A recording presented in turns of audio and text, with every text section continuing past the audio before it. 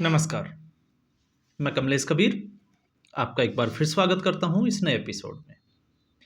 मामला थोड़ा गंभीर है, लेकिन फिर भी मुझे लगा कि इस पर जो है वो आकलन करना चाहिए, क्योंकि वैसे इस विषय में किसी भी धर्मगुरु के बारे में टिप्पणी करना मुझे नहीं लगता कि वो बहुत अच्छी बात है। लेकिन इस मुद्दे पर जो है वो बात करना जरूरी क्यों हो गया, उसके पीछे एक कहानी है। महाराष्ट्र के चुनाव परिणाम आए और महाराष्ट्र के चुनाव परिणाम के बाद में जिस तरीके से दलाल मीडिया का एपिक मेल्टडाउन हुआ वो पूरा देश देख रहा है। लेकिन इस बीच अचानक से अपने बयान को लेके अविमुक्तेश्वरानंद सरस्वती, जो अभी आपको पता होगा आदि शंकराचार्य के जो गोवर्धन पीठ है उसके शंकराचार्य हैं, और मैं इनको शंकराचार्य नहीं, मैं इनको शुक्राचार्य मानता हूं, क्योंकि इनका राजनीतिक जो महत्वाकांक्षा है वो बहुत बड़ी है। और बड़ी, आप देखिए, आदि शंकराचार्य ने 4 मठों की स्थापना की थी। और 4 ही मठ क्यों? तो उसका जो उल्लेख है वो आपको वेदों में मिलेगा। पूरे भारतवर्ष की संस्कृति को, सनातन को जोड़ने के लिए पूर्व से पश्चिम, उत्तर से दक्षिण आदि शंकराचार्य के द्वारा 4 मठों की और 12 ज्योतिर्लिंगों की स्थापना की गई थी। और ऐसा नहीं है, इसमें प्रमाण है, जिसमें हम बात करते हैं गोवर्धन पीठ जगन्नाथपुरी, जो कि ऋग्वेद से जो है वो उसका वास्ता है। और अब आप सोचोगे कि ऋग्वेद से कैसे वास्ता है, तो इसका जब ऋग्वेद की हम बात करते हैं तो इसका आप उठा के देखिए, इसका अहम जो वाक्य है इस मठ का वो है प्रज्ञान ब्रह्मा, और उसका उल्लेख जो है वो ऋग्वेद में मिलता है। इसके अलावा, क्योंकि इसमें मैंने जो है वो स्टडी भी की है, तो इसलिए ऋग्वेद की स्टडी से मैं जुड़ा हुआ हूं, तो इसका जो है वो मुझे आइडिया भी है। इसके अलावा आप आ जाइए यजुर्वेद, क्योंकि 4 वेद थे, तो यजुर्वेद से जो है वो रामेश्वरम दक्षिण। तो जब हम रामेश्वरम की बात करते हैं, तो पूर्व की हमने बात की, रामेश्वरम की हम बात कर रहे हैं, तो रामेश्वरम जो मठ है उसका अहम वाक्य जो है वो है अहम ब्रह्मास्मि, कि मैं ही ब्रह्मा हूं। इसके बाद में आते हैं सामवेद। तो जब हम सामवेद की बात करते हैं तो सामवेद से आता है शारदा मठ। सामवेद का जो वेद है उसके अनुरूप जो है वो शारदा मठ की स्थापना की गई आदि शंकराचार्य के द्वारा। और ये शारदा मठ जो है वो आपको पता ही होगा, ये द्वारका में आता है, गुजरात। तो ये पश्चिम का जो है वो हिस्सा है, तो पश्चिम में द्वारका, या हम कह सकते हैं शारदा मठ। और इसका जो है वो अहम वाक्य है वो है तत्वमसि। और उसके बाद में हम आते हैं उत्तर में। तो हमने दक्षिण की बात की, हमने पश्चिम की बात की, हमने पूर्व की बात की, और अब हम आ जाते हैं उत्तर में। अंतिम में जो है वो आदि शंकराचार्य ने बद्रीनाथ, आपको पता होगा, ज्योतिर्मठ की स्थापना की बद्रीनाथ में। और फिर इसके बाद में जो है वो अंतर्ध्यान हो गए थे, मतलब समाधि ले ली थी उन्होंने। और इसका जो है वो अहम वाक्य है अयमात्मा ब्रह्मा। और ये सारे जो मठों की स्थापना की गई थी, ये इस देश की, भारतवर्ष की संस्कृति और सनातन धर्म को बचाने के लिए किया गया था, कि आपस में जो है वो कैसे जोड़ के रखा जाए, जिसमें अखंड भारत आता है।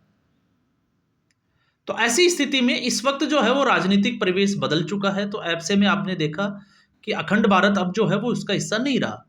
तो अब आप सोच के देखिए, मैंने ये क्यों बताया, इसलिए क्योंकि आदि शंकराचार्य का काम है इस देश को जोड़ना, संस्कृति को बचाना, सनातन धर्म को बचाना।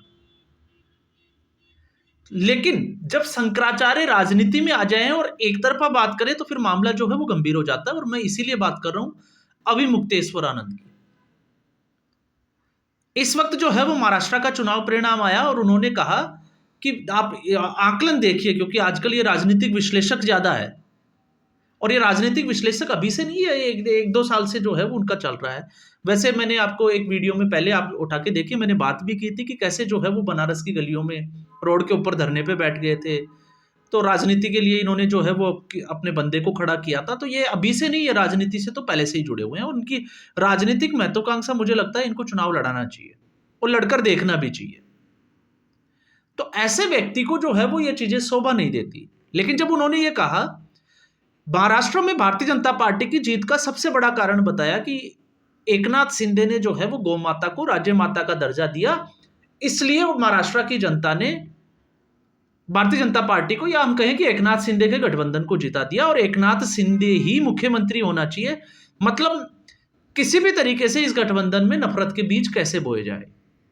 और ये आदि शंकराचार्य को मुझे नहीं लगता ये शोभा देता होगा, क्योंकि महाराष्ट्र में आपको पता है योगी आदित्यनाथ और अभिमुक्तेश्वरानंद के जो है वो 36 का आंकड़ा है।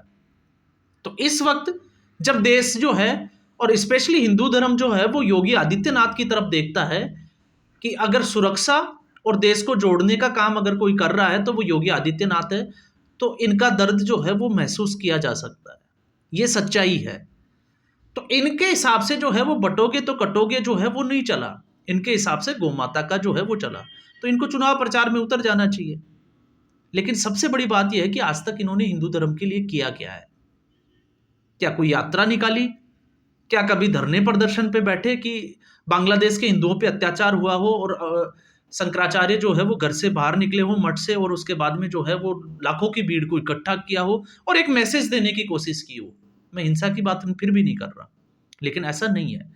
तो फिर जो योगी आदित्यनाथ कर रहे हैं उसका समर्थन करने के बजाय उसको जो है वो, जिसको हम कहें कि कटघरे में खड़ा क्यों किया जा रहा है इन शंकराचार्यों को? तो इसलिए मैंने कहा कि इन लोगों को ये शोभा नहीं देता है।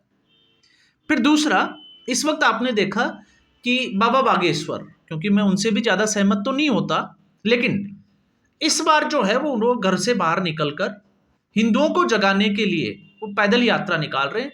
और ठीक है, हिंदुओं को जगाना चाहिए, क्योंकि हिंदुओं को जगाते रहना चाहिए, जगाना नहीं चाहिए। मैं कहता हूं जगाते रहना चाहिए, क्योंकि ये सोते बहुत जल्दी है। और ऐसे में उन्होंने एक बटोगे तो कटोगे, ये आप इस नारे को एक बार एक तरफ कर दीजिए। तो बागेश्वर धाम ने, जो बाबा बागेश्वर है, उन्होंने एक स्लोगन है उनका, नारा वो चला रखे हैं कि जात पात की करो विदाई। तो जात और पात की जो है वो करो विदाई, और हिंदू धर्म में हम सब जो है वो है भाई भाई। तो इस नारे में बुराई क्या है? तो इन्होंने जो है वो बाबा बागेश्वर जो धाम है उसको भी क्रिटिसाइज, कटघरे में खड़ा करना शुरू कर दिया, और आरोप ये तक लगा दिए कि ये जो है वो बीजेपी के प्रचारक है। तो अगर इस देश में कोई व्यक्ति हिंदू धर्म की बात करता है तो वो बीजेपी के प्रचारक है, इसका मतलब आप हिंदू धर्म की बात नहीं करते, क्योंकि आप बीजेपी के प्रचारक नहीं है। तो आप किस पार्टी के प्रचारक है वो पूरे देश को दिखता है। और कैसे दिखता है? आप ये देखिए, जो व्यक्ति एकनाथ शिंदे की इस वक्त बात कर रहा है कि वो पूरे हिंदूवादी है, लोकसभा चुनाव के समय आपको याद होगा उद्धव ठाकरे के मातोश्री गए थे, और वहां पे एकनाथ शिंदे को जो है वो हिंदू धर्म का विरोधी, और दूसरा एक वर्ड और यूज किया था, विश्वासघाती। और हिंदुओं का मसीहा जो है वो उद्धव ठाकरे को बताया था, लेकिन जनता ने नकार दिया। तो इसका मतलब क्या हुआ? इसका मतलब यह हुआ कि शंकराचार्य जो कह रहे हैं जनता पे उसका प्रभाव नहीं पड़ रहा। क्यों नहीं पड़ रहा?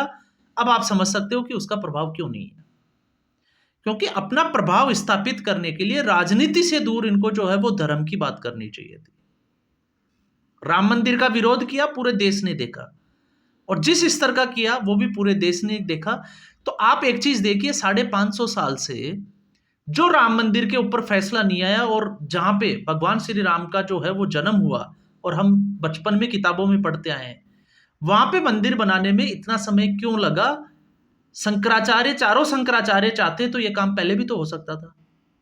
और जब सरकार इसको कर रही है आगे बढ़कर, इस राजनीतिक मुद्दे को, या हम कहें कि धार्मिक मुद्दे को अगर सॉल्व करके इस पे जो है वो समाधान निकल रहा है, तो फिर इनके पेट में दर्द क्यों होता है?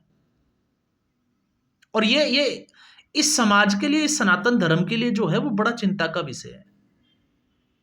क्योंकि जो भी कोई अच्छा करता है, इन लोगों को लगता है, ये आप मान के चलिए, मैं आदि शंकराचार्य की बात नहीं कर रहा हूं, क्योंकि उनको मैंने पढ़ा है, उनको मैंने समझा है।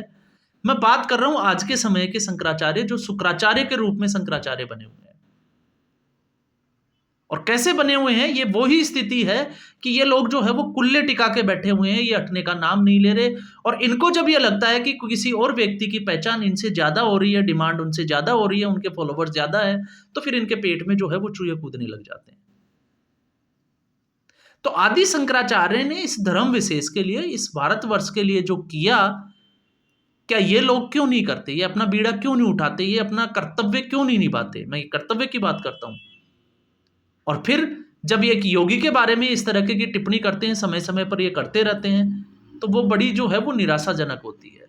तो इसलिए अचानक से जो है वो उद्धव ठाकरे को छोड़कर एकनाथ शिंदे के साथ हो लिए और मातोश्री भी पहुंच गए। और उस वक्त आपको पता होगा ट्रोल भी हो गए थे कि हम भी जो है वो शंकराचार्य को घरों पे बुलाना चाहते हैं, कई लोगों ने ट्रोल भी किया था। और हद तो तब हो गई थी जब ये राघव चड्ढा के घर भी पहुंच गए थे। तो शंकराचार्य अपने पद की गरिमा बनाए रखें, वो वास्तविकता में जो है वो अच्छा होता है।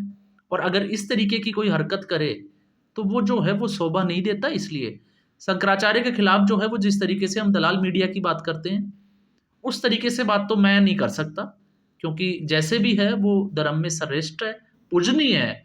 लेकिन फिर भी सबसे बड़ी बात ये होती है कि धार्मिक मुद्दे पे अगर कोई अच्छा कर रहा है तो उसको एप्रिशिएट करना चाहिए, और अगर कोई गलत कर रहा है तो फिर उसको जो है वो कुछ और करना चाहिए। तो महाराष्ट्र की राजनीति से दूर रहना चाहिए। और महाराष्ट्र की राजनीति में उद्धव ठाकरे ने जिस तरीके से उद्धव ठाकरे जिन लोगों के साथ खड़ा हुआ, क्या वो शंकराचार्य को पता नहीं था? शंकराचार्य सुन रहे थे। जिस तरीके से स्टालिन ने जो टिप्पणी की थी, कुष्ठ रोग से, कैंसर से जो है वो तुलना कर दी थी मल्लिकार्जुन खड़गे, तो ये सारे जो है वो अगर इस तरीके की हरकतें हो और फिर ऐसे शंकराचार्य बीच में आ जाए, तो मुझे लगता है कि थोड़ा-सा ये जो है वो धर्म विशेष के लिए तो चिंता का विषय है। तो आज के एपिसोड में बस इतना ही।